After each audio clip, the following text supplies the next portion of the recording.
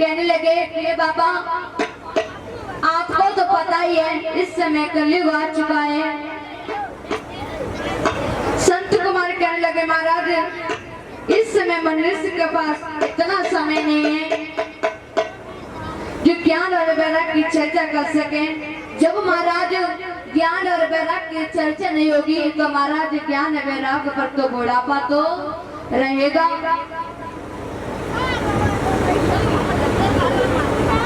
और सुनिए महाराज इस कलयुग में दो ही देवताओं की पूजा होती है।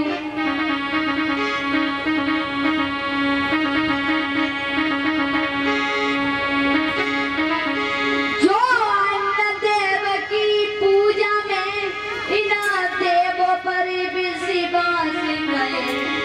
जो पेट देव की चिंता में हरि पूजन का बोध करे।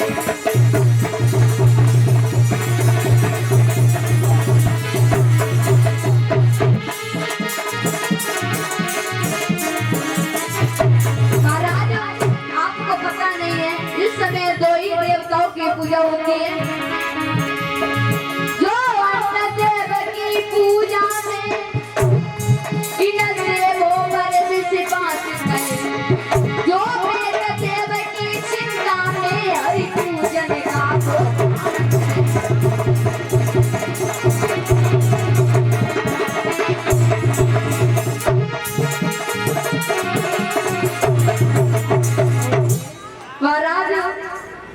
इस कलयुग में तो दो ही देवताओं की पूजा होती है। और वे कौन से देव हैं? भूखे भजन न होए गोपाला जिधरी तेरी कंठी माला।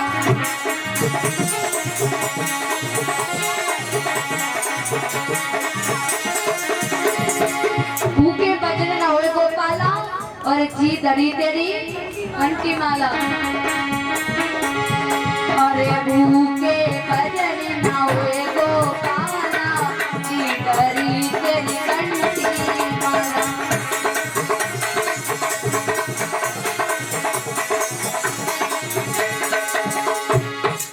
तो महाराज आप ही बताओ ज्ञान वैराग्य पर जवानी हो या बुढ़ापा?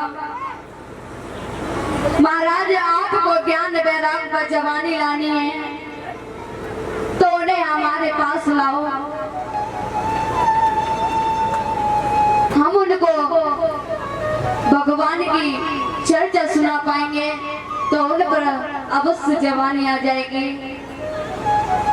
तो आज तो महाराज नारद बाबा इतनी सुन के और भक्ति के पास आ जाते हैं और कहने लगे भक्ति चलो अपने पुत्रों को लेकर हमारे साथ चलो। आज हम आपके दुख को दूर करेंगे। तो आज भक्ति अपने पुत्रों को अपने साथ ले जाने लगी। और कैसे?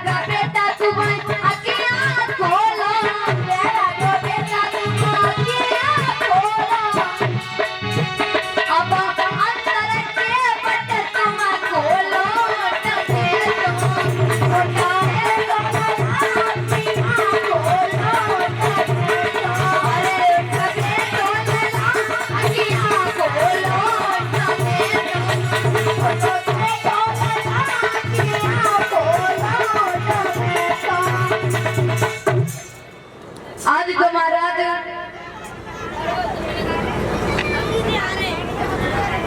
आज भक्ति अपने पुत्रों को लेकर नारद बाबा के साथ ब्रह्मा के पुत्र के पास आ जाती है। तो आज ब्रह्म पुत्रों ने ज्ञान और वैराग को कथा को श्रवण कराया। तो वैसे ही ज्ञान वैराग का कट बदलने लगे और उन पर जवानी आ जाती है। तो महाराज इस प्रकार ज्ञान और वैराग का अवतार हुआ।